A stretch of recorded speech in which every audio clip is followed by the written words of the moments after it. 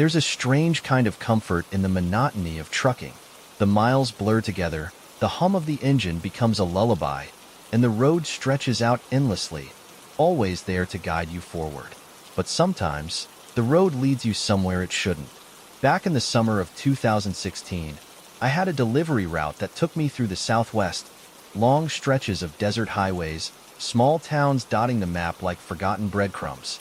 It was a hot, dry night, the kind where the heat clings to the air even after the sun goes down. I was hauling a load of canned goods to a warehouse in Albuquerque, hoping to make good time by driving through the night. Somewhere outside of Flagstaff, I saw the first sign of trouble. It started with the detour. A bright orange sign warned of road closures ahead, pointing me toward a side route. I'd been on this stretch of highway before and knew it well, but the detour didn't seem out of the ordinary. Construction was common this time of year. The new route led me onto a narrow two-lane road, the kind that made you grateful for a GPS to confirm you weren't completely lost. The pavement was cracked and uneven. The yellow lines faded to the point of near invisibility. For miles, I didn't see another vehicle. The farther I drove, the more isolated the road became. The desert around me stretched into endless darkness, the occasional silhouette of a cactus or a rock formation breaking the monotony. My CB radio was silent, and my phone had long since lost its signal. Then I saw it, a faint glow in the distance. At first, I thought it was another vehicle, but as I got closer, I realized it was a town. The lights were dim, almost hazy, like they were struggling to stay on. A faded green sign by the roadside read, "Welcome to Ravens Hill. Population, 734.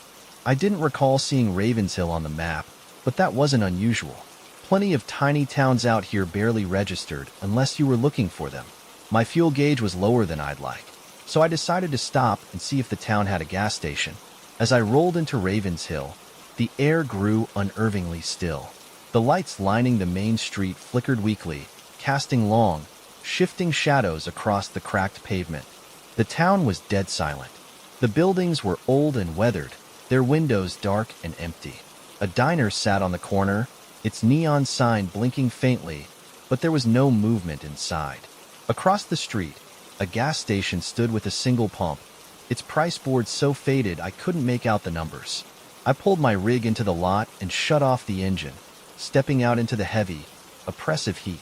The silence was deafening, broken only by the crunch of gravel under my boots. "Hello?" I called out, my voice echoing in the empty night. No response. I approached the gas station, peering through the grimy glass of the front door.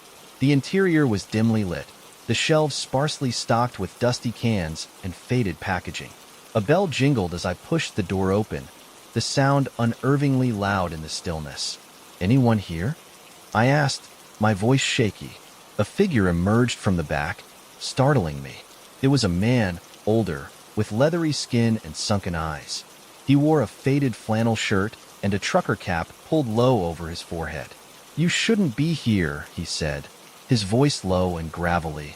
I blinked, unsure if I'd heard him right. "I just need some gas," I said. "My tank's low, and I've got a long way to go." The man didn't move. His eyes darted toward the window, then back to me. "Fill up and leave," he said, his tone sharper now. "Don't stick around." I nodded, backing out of the store and hurrying to the pump. My hands shook as I fumbled with the nozzle, the feeling of being watched prickling at the back of my neck. As I filled the tank, I glanced down the street. That's when I saw them. Figures stood in the shadows, barely visible in the dim light. They didn't move, just watched silently as I pumped the gas.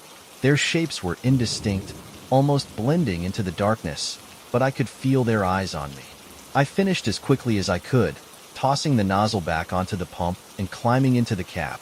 My heart pounded as I started the engine, the roar of the diesel cutting through the oppressive silence. But as I pulled out of the lot, something caught my eye. The man from the gas station was standing in the doorway, his face pale and expressionless. His eyes followed me as I drove away, and for a moment, I thought I saw his lips move, forming silent words. I didn't look back. The road out of Ravens Hill was just as desolate as the one I'd come in on. My GPS still wasn't working, and the town didn't appear on any of the maps I'd downloaded. As I drove, I noticed something strange: the headlights. At first, I thought they were reflections, distant pinpricks of light bouncing off the mirrors. But they weren't reflections. They were following me. The lights grew closer, flickering like candle flames in the darkness. I checked the mirrors again, my chest tightening as I realized the lights weren't attached to any vehicle. They floated, hovering just above the road, growing brighter with each passing mile. And then, the radio crackled. A low, distorted voice came through the static, garbled and impossible to understand. My hands tightened on the wheel as the voice grew louder, overlapping itself like a broken record. "Turn back," it said, the words slow and deliberate. I slammed my hand on the radio, trying to shut it off, but the voice didn't stop. It echoed through the cab, coming from everywhere and nowhere at once. "Turn back," it repeated. "Turn back or stay." The lights behind me surged forward, illuminating the cab with an unnatural glow. The air grew colder, my breath fogging in front of me as frost crept across the windshield. Then I saw it. A figure stood in the middle of the road, illuminated by the lights. It was tall and thin, its face obscured by shadow. I hit the brakes, the tires screeching on the pavement as the truck skidded to a stop. When I looked up, the figure was gone. The lights had disappeared, too, leaving me alone in the suffocating darkness. The only sound was the engine idling, its low rumble grounding me in the moment. I didn't wait to see if the lights would come back. I threw the truck into gear and drove, the road stretching endlessly before me. Hours later, as dawn broke, I finally reached the outskirts of Albuquerque. The city's lights were a welcome sight, chasing away the lingering shadows of the night. But Ravens Hill never left me. When I tried to find it on a map, it wasn't there. No records, no mentions, nothing. And sometimes, late at night, I hear the radio crackle. "Turn back," the voice whispers, and I wonder if I ever really left.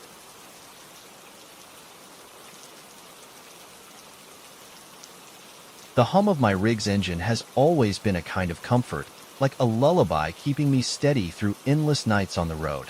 For nearly 2 decades, I've hauled loads across every corner of the country. Some nights are uneventful, others chaotic, but one particular night back in 2017 still haunts me. I was driving through a remote stretch of highway in the Midwest, hauling a shipment of produce to Denver. It was late autumn, and the air had that crisp chill that hinted at winter's arrival. The road was deserted, the sky above a blanket of stars. Everything was quiet, almost too quiet. Around 1 a.m., I saw it, a sign for a detour. The familiar orange warning signs and barricades were set up, with arrows pointing me toward a side road. Normally, I wouldn't think twice about a detour, but something about this one felt off. The signs looked old and weathered, their reflective paint faded and dull. Still, I didn't have much of a choice. I was miles from the nearest town, and the last thing I wanted was to waste time backtracking. I turned onto the detour. The road was narrow, the asphalt cracked and uneven. Trees lined both sides, their branches arching overhead like a tunnel. My headlights barely pierced the thick darkness, and the radio crackled with static. After about 20 minutes, I started to notice something strange. I hadn't passed a single landmark. No crossroads, no mile markers, no houses. Just an endless stretch of forest. Then my headlights caught something in the distance, another truck, parked on the side of the road. The rig was massive, an old Peterbilt with rusted chrome and faded paint. Its trailer was jackknifed across the shoulder, the back end disappearing into the trees. As I slowed to pass, I glanced toward the cab and saw it, a man, sitting motionless in the driver's seat. His head was tilted forward, his face obscured by the shadow of his hat. I honked my horn, but he didn't move. A chill ran down my spine as I noticed something else. His headlights weren't on, but the faint glow of my own lights reflected off the windshield, revealing a thick layer of frost covering the inside of the glass. I pulled over about 100 yards ahead, grabbing my flashlight from the glove compartment. As much as I didn't want to, I felt obligated to check on the guy. Truckers look out for each other. After all, the air was colder than I expected as I stepped out, my breath fogging in front of me. I approached the rig cautiously, the beam of my flashlight cutting through the darkness. "Hey," I called out, my voice echoing in the still night. "You okay in there?" No response. When I reached the cab, I climbed onto the running board and tapped on the window. The frost inside made it nearly impossible to see, but I could just make out the shape of the man sitting there. I knocked harder. "Hey, buddy, you need help?" Still nothing. I grabbed the door handle, half expecting it to be locked, but it swung open with a groan.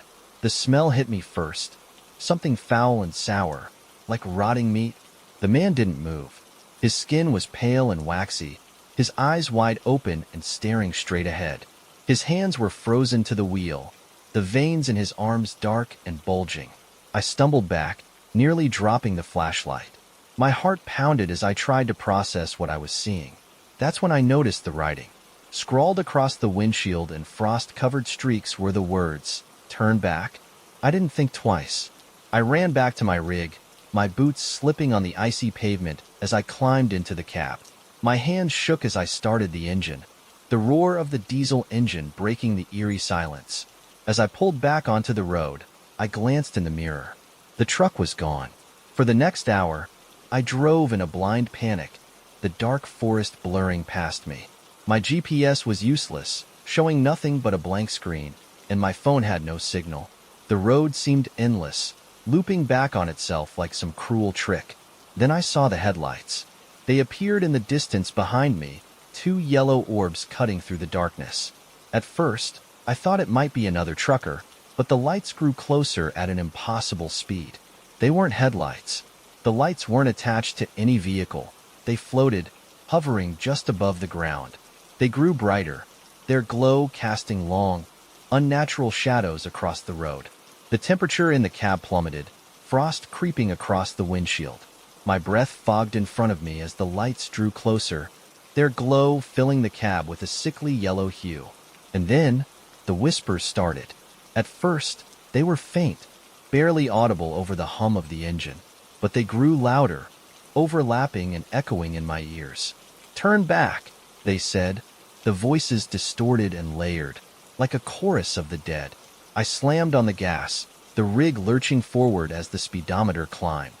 The lights followed, their glow growing brighter and brighter until I could barely see the road ahead. Suddenly, the road opened up into a clearing. A massive steel bridge loomed ahead, its rusted frame illuminated by the eerie glow of the lights. The whispers grew deafening as I crossed the bridge, the metal creaking and groaning under the weight of the truck.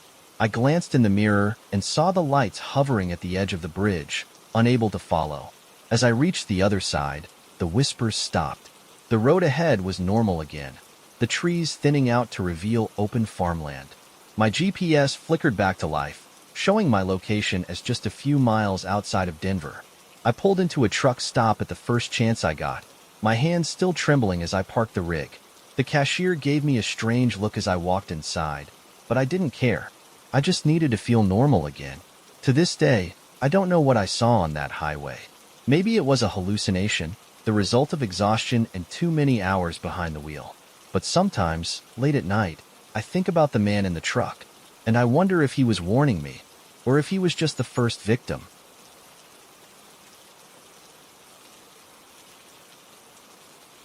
If you've been on the road long enough, you know that rest stops can be a blessing or a curse. Some are pristine, well-lit, and safe places to grab a few hours of sleep. Others are dark, run down, and feel like they're holding onto secrets you'd rather not uncover. Back in 2015, I learned the hard way that some rest stops are better left avoided. I was hauling a load of lumber from Oregon to Nevada. It was early December, and the weather was brutal.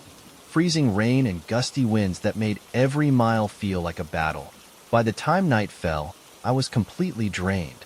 My eyes were heavy, and I knew I couldn't make it much farther without pulling over to rest. When I spotted a sign for a rest stop a few miles ahead, I breathed a sigh of relief. But that relief didn't last long.